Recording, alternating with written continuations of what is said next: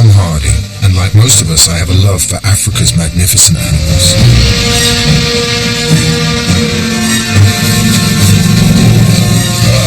Wow, I've never been that close to an elephant before. As a result, I find it hard to stomach the poaching crisis sweeping the continent, pushing these amazing animals to the edge of extinction. Of course, Africa is no stranger to crisis or conflict, having suffered civil wars in Angola, Mozambique, Chad, Rwanda. The list is endless. It's about territory, it's about money, and it's about power. Their weapons get more sophisticated, the scale of killing even more rabid. But now these sophisticated weapons are being turned on animals, who clearly don't understand frontiers or politics. Without doubt, the rhino and the elephant are facing extinction well within our lifetime. And the war on poaching is being lost. In 2 years, we've lost over 1,000 animals. I'm making these documentaries because it's something practical that I can do to ask some questions that need to be asked.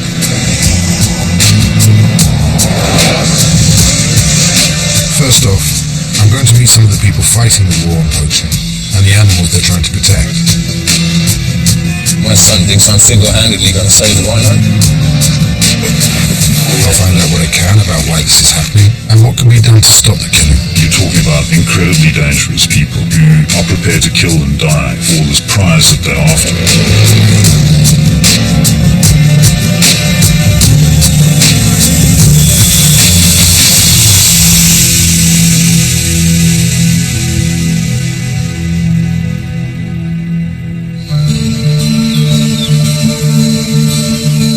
Watch the big production wildlife films on TV about Africa. They're beautiful and they're fascinating, but we're only walking away with the glossy side of the picture. The everyday effect of the poaching business on African wildlife is one of horror and cruelty. It brutalizes both the animals and humans involved. And for me, this trip is providing a grim reality check. The fact is, all over sub-Saharan Africa, the poaching crisis is spreading like a plague. Cameroon, Chad, Mozambique, and the Congo have all seen large-scale elephant slaughter. Throughout the rest of Africa, both rhino and elephant are being killed at an alarming rate. I'm going to start in South Africa, where I'm told the rhino is making its last stand. 80% of the world's remaining rhino are found right here, and they're in big trouble. In 2012 alone, over 600 of them were shot.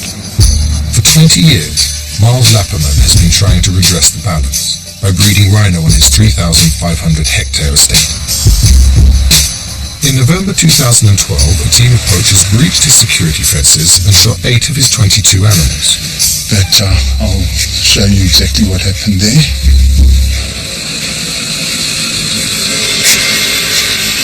How long have you had your rhino for? 20 years. So these are family friends in many ways? Absolutely. Absolutely. Friends, part of the family. My kids have grown up with them, but they absolutely wiped out a breeding process that would have, over the next 20 years, produced probably 100 animals. The one that we're going to now, Longhorn, died of wounds later.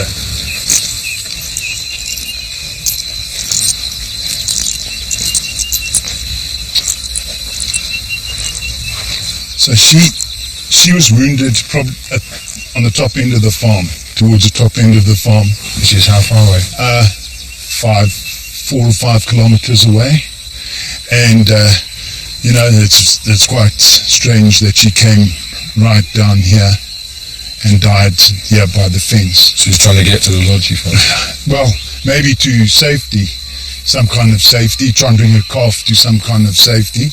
And her calf was, I've got a photograph there, and when they took the photograph, she was standing there protecting her dead mother.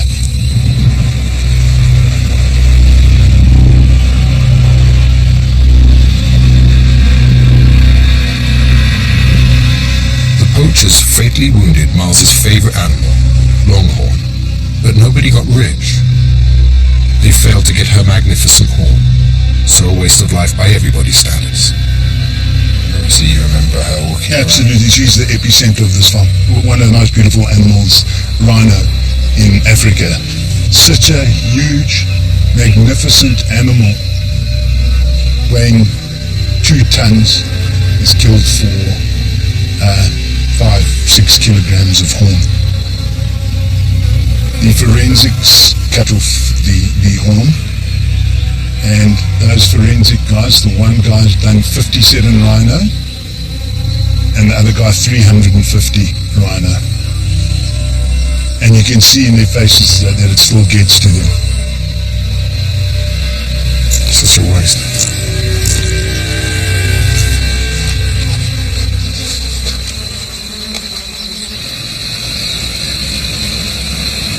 And they've completely ransacked and destroyed your life here. Big time. This place will never be the same to me. They had started up at the top corner of the farm, and they had come in and shot 2 females with 2 shots. One each. What kind of person can take a shot at that? Well, a person that knows exactly what they're doing in their field and in the bush, equivalent to Navy SEALs and SAS operatives. They're not poachers, they're rhino assassins.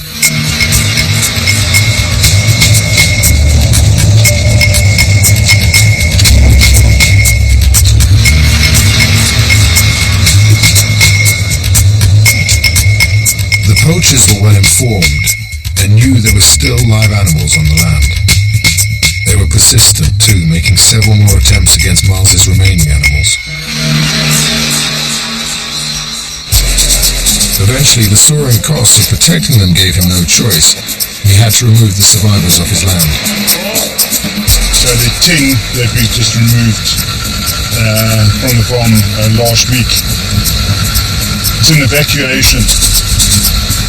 And people tell me, oh, one day you'll be able to put rhino back here. I don't know about that. Miles's remaining rhino are now on their way to a secret and safe new home. Now the rhino may be secure. The good news though that is, it'll have very little impact on the future of the actual species. We've got 10 years before the rhino extinction. So this is endemic and it's insidious and it's continuing to grow. Yeah. And it's just looking very bleak for the rhino. Very bleak. And it sounds like the war's just begun. Well, we're losing it. This killing is going on such a massive scale that already this year they are being shot at a rate of more than 2 a day. Why? Well, simple fact. Rhino horn is valued at more per kilogram than gold. And that is a hell of a price to have on your head.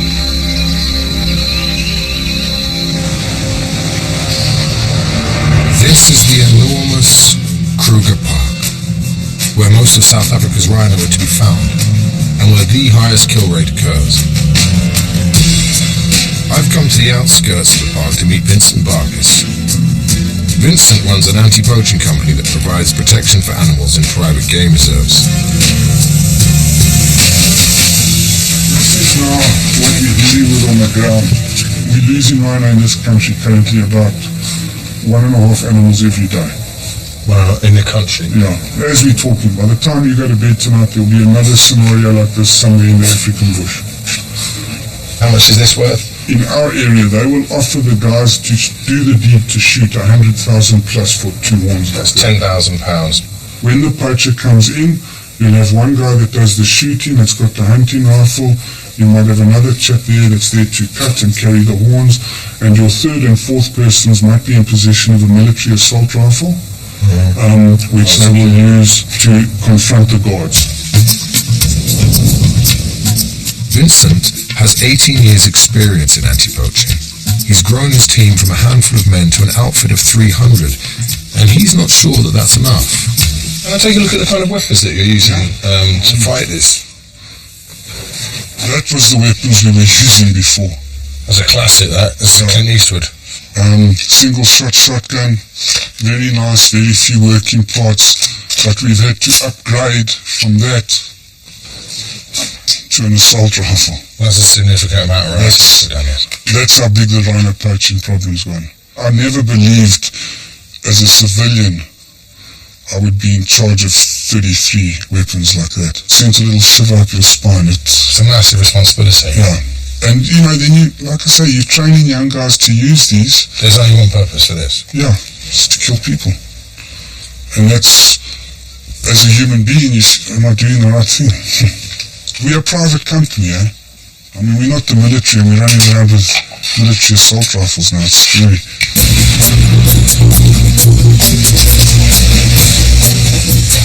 I'm joining Vincent and his men deep in the bush for a vital part of their training. We're going poacher tracking. 3 of his men will play the part of poachers, and as the new boy I get to stay with the hunters. 30 minutes later, we're heading off in hot pursuit. All we have to do is find 3 blokes in the middle of 900 hectares of thick African bush. I'm in South Africa deep in the bush, taking on an anti-poaching training exercise. And I'm miles from pretty well anywhere. The poacher's trail has just been found, and a spotter plane is called in for an extra set of eyes.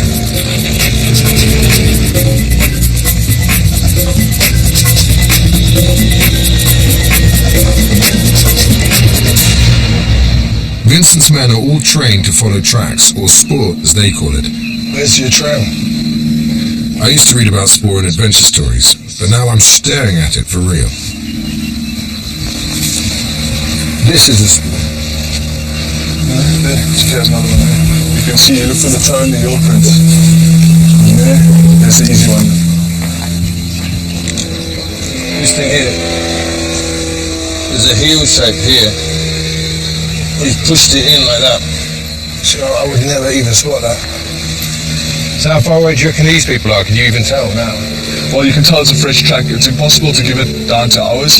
I can say today it's very fresh after the rains. It rained recently. So I would estimate it between half an hour and 3 hours.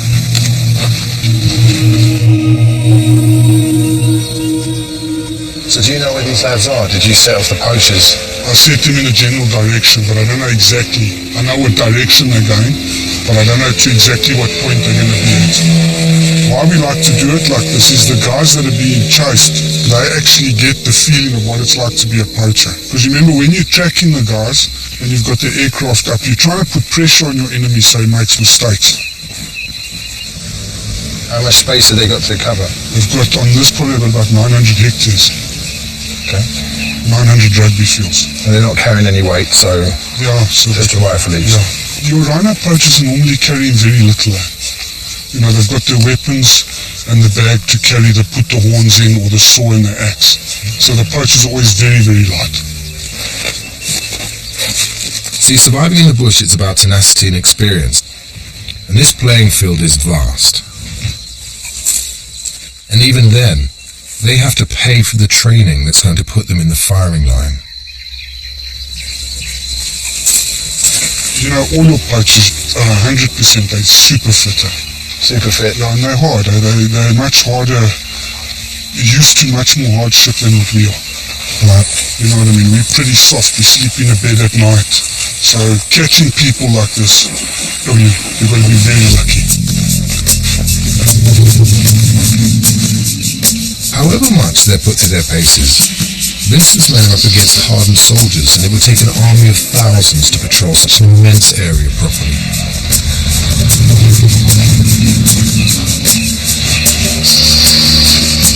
Oh, fucking hell, look at that. Even in an exercise, it takes hours to come up all of a sudden behind the target poachers. What have you got? It's got 3,000 guys.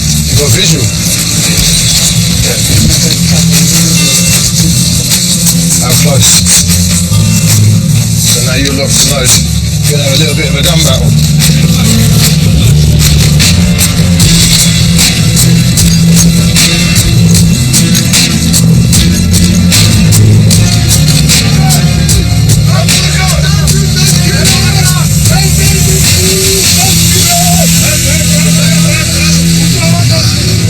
Let's go, Nick. Jump. Do you have enough men, would you say? You've never got enough good men, eh? Right. So the guys make a huge sacrifice, eh? They've got no social life out here. They don't earn a lot of money. They put in their lives on the line, literally. They get in between the poacher and the rhino, and they don't get a lot of recognition. I mean, you've seen the young guys that you were with today, Aubrey, Fisser. These guys are technically being trained to be killers. In a democratic country like South Africa, we take in 19, 20-year-old, 23-year-old kids and teaching them to use semi-automatic rifles. And I'm a private individual, I don't represent the government. That tells me something's out of control. The majority of the guys are resented a little bit. They're not liked because they are protecting white farms, white reserves, white-owned areas. You know, there are guys that work for me that the areas they work, those communities don't even know they work for Poaching. They're too scared to tell them. So it's a taboo thing as well. Yeah, look, at rhino poaching, or all poaching, it's a very, you must remember, like I said to you, us whites in this country have made game very much a rich white man's thing. You know, so a poacher is often viewed in a local community as like a Robin Hood, stealing from the rich, giving to the poor. Vincent is convinced getting black and white communities united could be the best, if not only way to tackle poaching. So it's just getting people to sit down and talk and, you know, understand, I love rhino, you need something from the bush, and just, I suppose the best way to put it is common decency. We got a lot of desperate poor people in this country, and when somebody comes and offers them 100,000 rand to shoot a rhino, It's a given that they're going to take it. I mean, why is he not going to do it? I would. Currently, trying to stop this with bullets and guns is like fighting a drug war. You have to give it You initiative. take out a drug dealer today, there's another one on the street tomorrow. We can win this, but we've got to be together. Vincent wants me to meet one of his most loyal and trusted men, Chewy. Hello, you Chewy? Come in. Yes. Nice to meet you. Oh. Who's the dog? That's Sam. Yeah. Sam. Yeah. Sam the man. Okay. Hello, Sam. Hello. Yeah. He looks like a Staffordshire Bull Terrier to me. Yeah. He's a beautiful dog. That's my Bucky. Chewy lives over 50 kilometers away, and he's offered to drive me there to meet his family.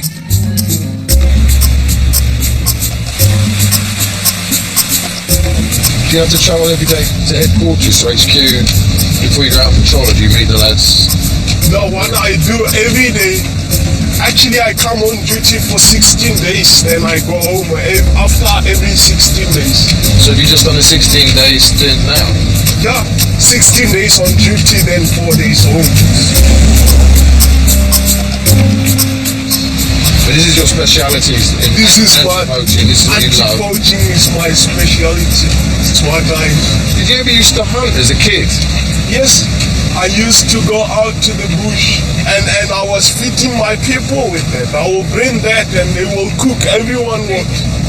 Like even now at the village there, if a man comes there with an impala on his shoulder, they check him like, wow, he's a real man. He did it. He did it. They don't look at him like a poacher. What you doing here? You poaching? And no. You're a hero. He's a hero. That man is a hero. So this is now turned off to my village. All these guys, I know them. They're your friends. No, I don't have friends too. My friends are my colleagues actually. They look grumpy. I just waved at them and they looked at me like I was an Yeah, asshole. you're white. Yeah, but that doesn't mean I'm an asshole. No, that's the problem with my place. My people are racist. You understand? My people are supposed to be. So, These people here, my people here, the black people here, they racist. How they became racist? They feel rejected, so they reject back. fair enough. Yeah, I know That makes sense, doesn't it? As we drive, Chewy tells me that apart from Vincent, I'm the only white man he's ever known of to visit his village. Hello, nice to meet you. Tommy, pleasure. How are you? Hello, nice to meet you. Pleasure. Chewy comes from a culture where the women stay at home, so The money he brings in is essential to keep his whole family going. Pleased to meet you. Listen. In his village, you can see his job is both vital and highly suspect. Hello. Oh, mate. That's your dog family. You were born here? Yeah, I was born here. In this house? In this house, actually in that house. In this house is where you were born? Yeah, that used to be my mom and my father's house when they were alive. Oh, wow. Toomey has a foot in two very different worlds, and according to Vincent, he's under constant pressure to join the poachers. Vincent said that you've been approached, including by one government official, to poach rhino. He told me I want the rhino one, and if I can get it for him, he was gonna give me 500,000. Yeah, I was tempted because I started like trying to show him my negatives, telling him, hey, I'm scared, bro, I can't do it because they're gonna catch me. They will know it's me. Where will I put that money? I can't take it to the bank. He says, no, don't worry, you worry mahala you. I'll get you a contract. Prove it. You sign it. I get the money in your account. I'll do that easy one time. Chop chop. So he was going to create for you a bank account, yeah, where put the money in it. Yeah. And the only side of the bargain was for you to bring him a rhino horn for his house. Yes. So how did you say no to him? I was supposed to meet him, then I phone, I tell them I'm not gonna come. Then he says, if you do anything stupid, I'll kill you and your dogs and your goats and your chickens and your sisters and all the people which live on your street. Yeah, that's what he said. If you say anything stupid, I'll kill everyone in your street. Well, ultimately, apart from the fear of getting caught, you know, with all the money and the bank account and the actual hassle of going to cut a rhino's head off, stopped you from doing it. The people which are doing that, you can see them. They don't care. They can die anytime. I don't want that. I've got a little girl here, my daughter. You have a daughter? Yeah. Lovely. I'd like to see her grow. I still care. His main incentive for not getting involved appears to be Unessa, his 14-month-old daughter. What's the happiness now? What's the happy face? See, that's up to 16 days away. She looks very grumpy right now. She is. Why are you so grumpy? Now, she doesn't look too appreciative, but it may be the only white man she's ever seen in her village is freaking her out. South Africa is a country where millions are still desperately poor. Not everybody's going to have Toomey's willpower when the promises of huge amounts of cash arrive. I'm headed for the city to see some alarming evidence of the international criminal gangs involved in poaching and where the big money is made.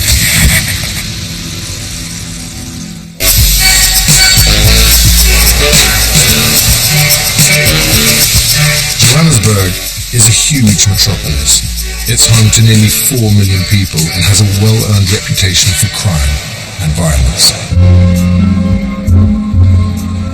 I've heard that it's also the major conduit for smuggled rhino horn on its way to Southeast Asia. Julian Rademeyer is an award-winning journalist.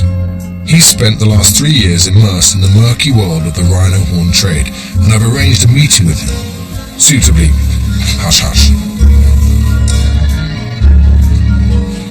How does Joburg play in the world of trading rhino? Johannesburg, probably since the mid-1980s, early 1990s, has become a major wildlife trafficking hub for Africa. Johannesburg, OR Tambo International Airport is, the biggest airport on the continent. Massive amounts of cargo goes through there. A lot of the rhino horn in recent years that's been smuggled has actually just been smuggled out in people's suitcases. They would, hide it in a plastic bag, smear toothpaste on it, or put shampoo in the plastic bag to hide the smell of the rot. The problem that you have with many of these syndicates is that they are incredibly adept at subverting regulations. They're ingenious in many ways. I mean, this is a video that was shot in one of the sham hunts, where essentially a syndicate would employ a number of people to pose as hunters. The aim is to get the horn out. It gives it a sort of veneer of legitimacy, but essentially they're trying to get horn for the black market. You can see here, trackers moving through the bush. They're lining up for the shot. The rhino is over there. You can see it's lying down and sort of dozing under that tree.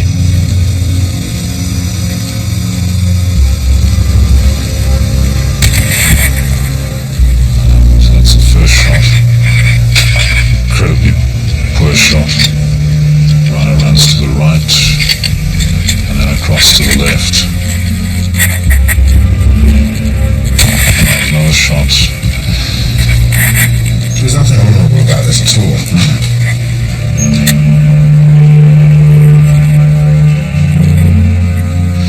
When they get to the rhino, it's still alive.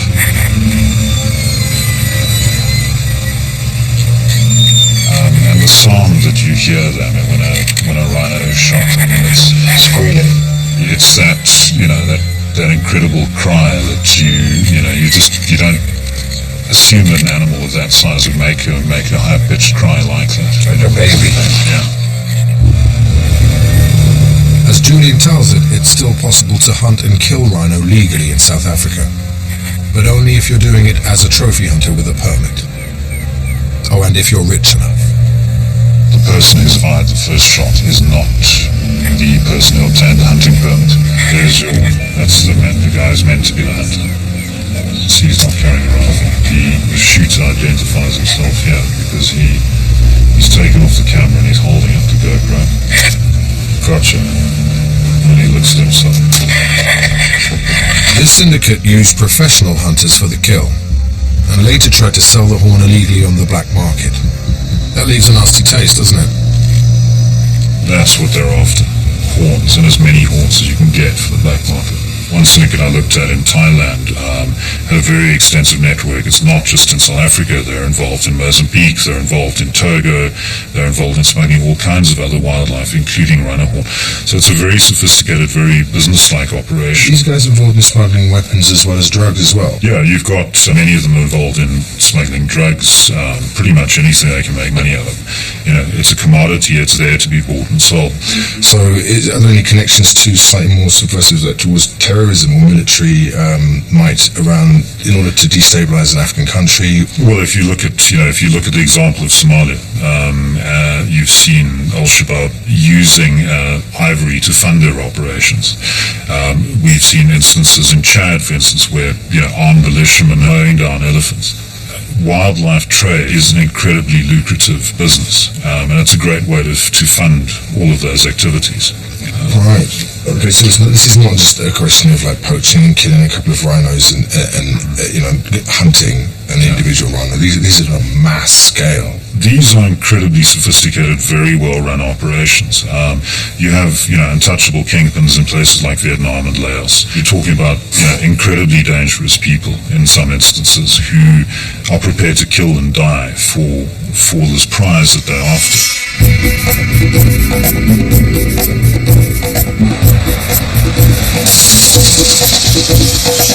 Moving on from Julian and Johannesburg, the scale of the problem is becoming more and more apparent. This gang alone was thought to have killed over 30 rhino and could have netted up to $10 million.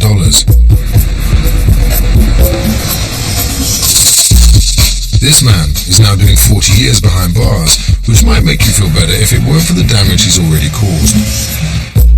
But it's not just Asian entrepreneurs and ex-African bushfighters that are being lured into crime in return for huge profits. Black, white, white and Asian people from all walks of life are filling South African courts on suspicion of poaching.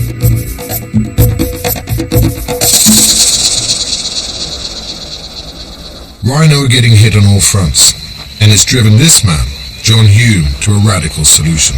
I began to learn that whatever we think we are doing for the rhino, 90% of it was the wrong thing. John believes that dehorning a rhino is the only way to stop the poachers and to save it. On the face of it, it sounds like a pretty good idea. Who's going to shoot a rhino without a horn?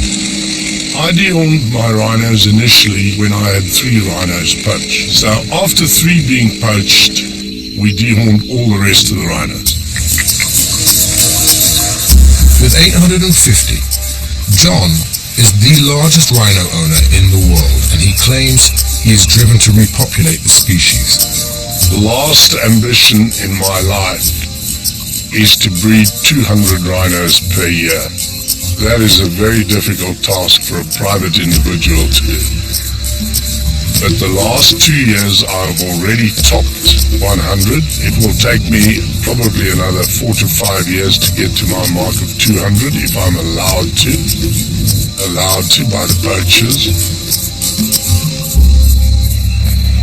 Controversially, John also wants to legalize the horn trade. While he does own the largest private collection of rhino horn in the world, at present, most of the poached rhino horn is sold on the black market to Asia, where it can fetch up to $100,000 per kilogram. We could supply horn that comes from live rhino, and don't forget that horn grows again. He believes that dehorning and farming rhino commercially is the only way the species will survive. I'm sure a horned rhino is more handsome than a dehorned rhino, but I promise you the rhinos don't give a damn, and I would far rather have a dehorned rhino to look at than a dead rhino to look at. Now, John Hume's future view for the rhino may not be ideal, and it may not be entirely selfless, but the poachers are winning the war. The species' survival is threatened, and something drastic needs to happen. Next up, I'm going to meet someone that's developing a radical solution for catching poachers. He's bringing in the big gun.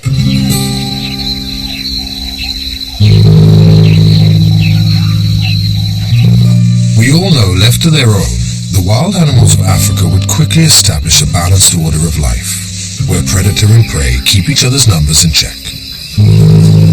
We all know it's man that's put everything out of kilter.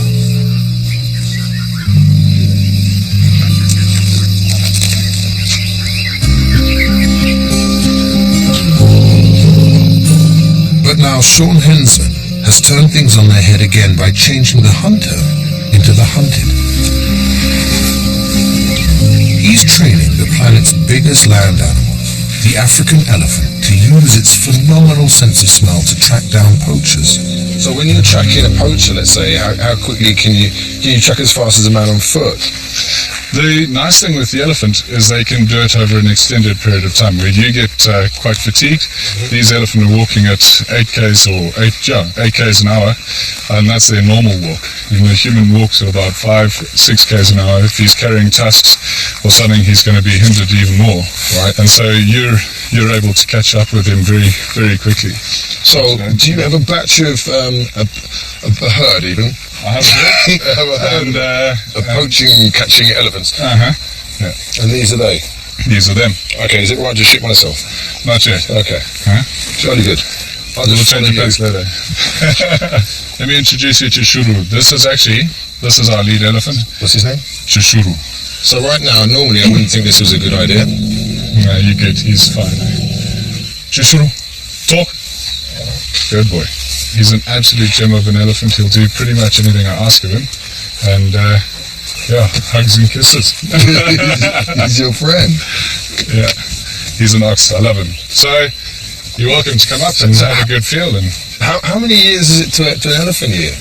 they're pretty much the same as humans, eh? They live between 50 and 70 years old. Come and have a feel of his foot, and one of the reasons they're so good in the bush is they're so quiet. You can feel how soft that is. Oh, wow. Yeah, and you can feel the pads there, how soft that is. That's Hold up his incredible. foot and tell me how heavy it is. Yeah. You got it? Yeah. Oh my gosh. Okay. Incredible, eh? Yeah, you can have it back here, too, mate. Yeah. Wow, I've never been that close to an elephant before. Shishuru come. That's your friend. I love him, yeah. So I'll show you Sina. Stand still. So she's our youngest, and she's the most energetic and everything. She did come over quick, didn't Yeah, she? she wants attention. So, she wants her orange. Yeah. Listen, feel behind her ears here. You can feel how warm that is. Oh, that's Stand lovely, up. yeah. So that's quite warm, and they pump all of their blood through there. It's like a leaf, big leather leaf. It's soft. I mean, that's like velvet. Yeah. You can feel underneath here. That's her belly and her fat. So feel that. Don't normally get away with doing that. And if you put your hand right underneath, you can feel her six pack. So put your hand. My name is Sina. Just put your hand in. Foot. Yeah. Oh, no. Can you feel how hard that is? Oh wow, yeah, of course. Strength. So Pilates. Yeah, 100%. This elephant here, chova, means to Chova. push. Chova, come. Stand still. Stand. So he's Come like a dog. Just come like a dog. came to, hey, buddy. But he's a lovely Eddie. He's very, very kind, very, very gentle. Do you want to feel his tongue? Yeah, man. Just open there, you can play with that. Oh my gosh. You can chuck a cube in there if you like. A cube or a whole chuck lot? a couple. Yeah. Hey, straight in. Yeah. Oh my god. And he wants more. Chova, talk. Of course he does. Look at his teeth. Talk. Chova, talk again. Louder. Okay, that's really bad. I don't know a lot of things in my life. But I think that has genuinely just blown me right away.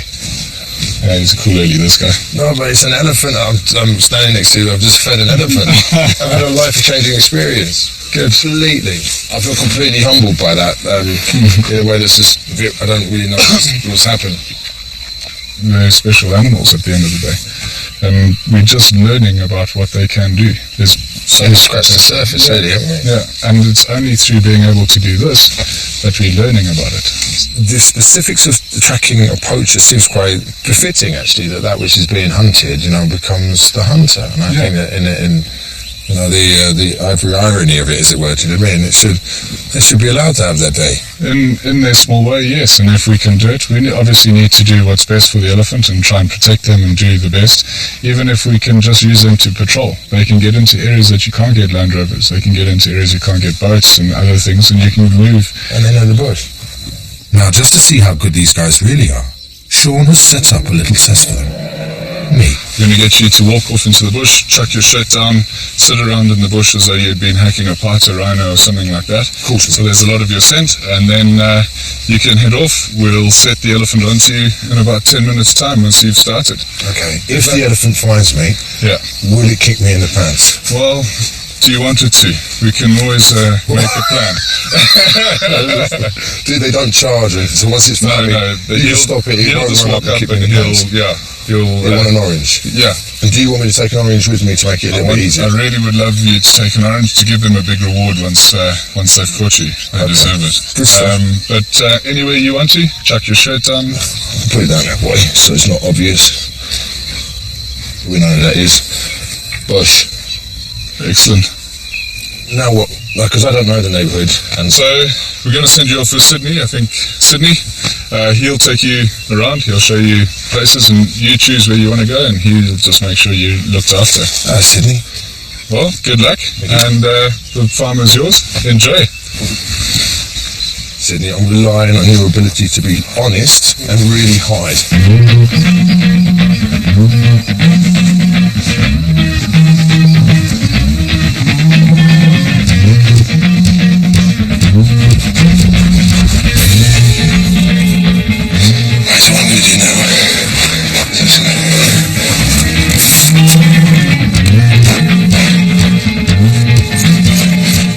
Sydney. Hello, Sydney. We're running this way now. I'm going to run up to that tree for a little walk. I'm going to walk back down. And we'll head off that way.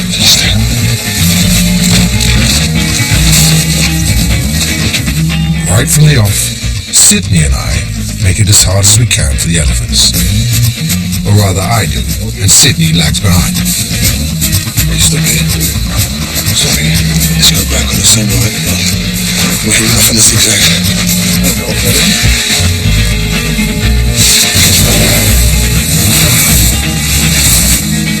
So this is his shirt and the hat. You can smell it and follow it. Shoot a smell. Smell. Just go straight.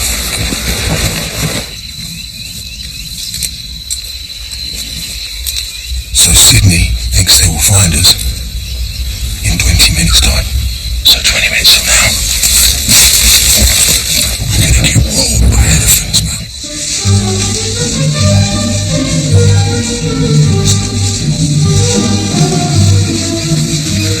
The guys are quite confident that they're on the scent, so we'll see how it goes. They've been zigzagging a bit, it looks like, and we'll see how it hooks in. So at the moment the lead elephant seems to be on track, so we just wait and see. Sydney, do you mind if I frisk you? Can I pat you down for a GPS system, mate?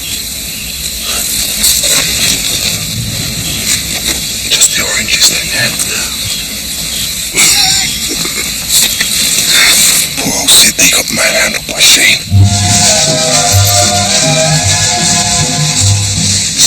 Have you ever been to Shane, Sydney? No.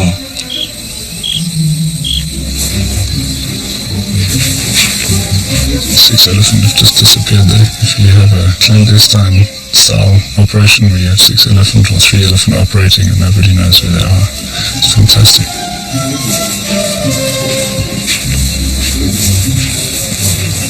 So it's a bit like when you're on set, like me, you know, you end up in all kinds of places with people like Sydney, who's never been to Shane. Got me beaten off the side.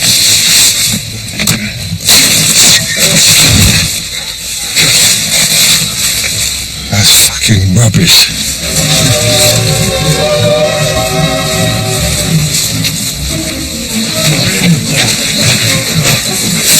See the spot? So they just go this way. We're about to catch them. It's a fresh spot.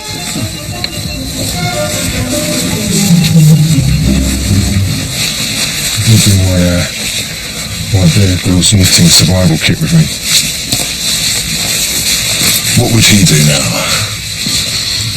What would he do? He'd probably eat something off a tree. Can we eat anything off a tree around here? You can try this one. So this one, it's a good muti. It's good muti. Is this gonna make me randy?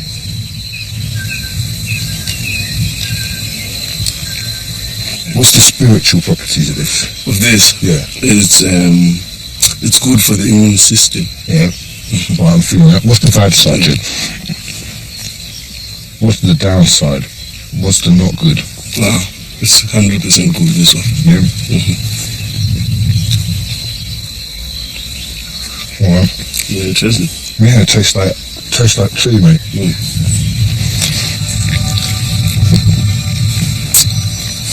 I'm feeling better already.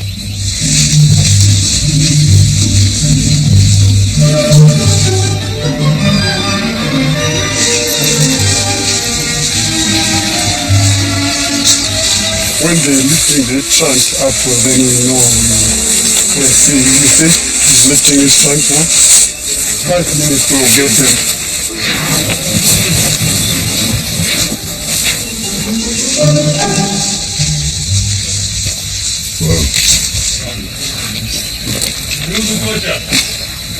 It takes them about an hour to find us. And off camera, I was actually with a very seriously experienced evader, as well as Sydney. Yeah. We bugged out the first hide, and then we went downwind, came back upwind, went downwind again, came back up to this point here. It works. It works. Nonetheless, Sean hopes to get his elephants working against poachers in some of the South African game reserves. But even with their great intellect and incredible sense of smell, I'm not sure I'd back them against sophisticated and ruthless poachers who would kill anything for money. You've got to say right now the odds are stacked against saving the rhino. So how do I explain to Louis, my son thinks I'm single-handedly going to save the rhino? Yeah, You know? crazy. And how do you tell your son that? Well, he's seen rhino, but his son, Yeah, you say, oh, you know, Granddad kind of balls that up. yeah, exactly. Couldn't it? Yeah, there's a lot of pressure on our shoulders, eh? Now, To protect them. yeah. Do you think it's possible to protect them? Or do you think it's, I mean, on a rather bleak note, do you think it's just natural selection that they're just going to get wiped out? No, I think it's possible. I mean, there's enough press about it and everything. There's no press about things like the Hummer leopard or the blue swallow that are nearly extinct. There's 20 blue swallows left. 20?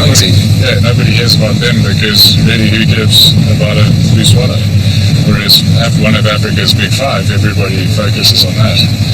And so I think we can save the rhino. It's the small things that also count that we've also got to look into. But it's my last day in South Africa, and I have a long, hot, dusty drive to Botswana coming up.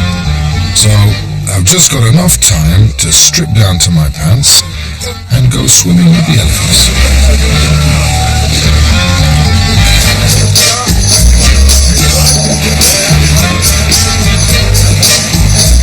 Nice little workout. Bit of a swim. And malaria.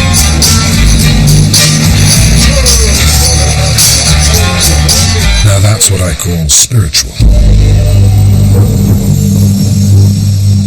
Coming to South Africa, I've learned that the whole issue of poaching is a great deal more complex than I ever imagined.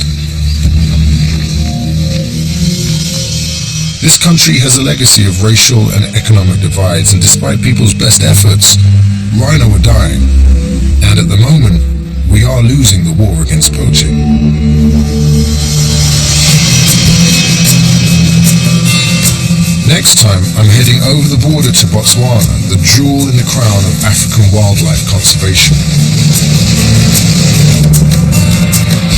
Despite the full backing of the government and the armed forces, internal pressures and incursions from across the borders are starting to threaten one of the biggest populations of elephants in Africa.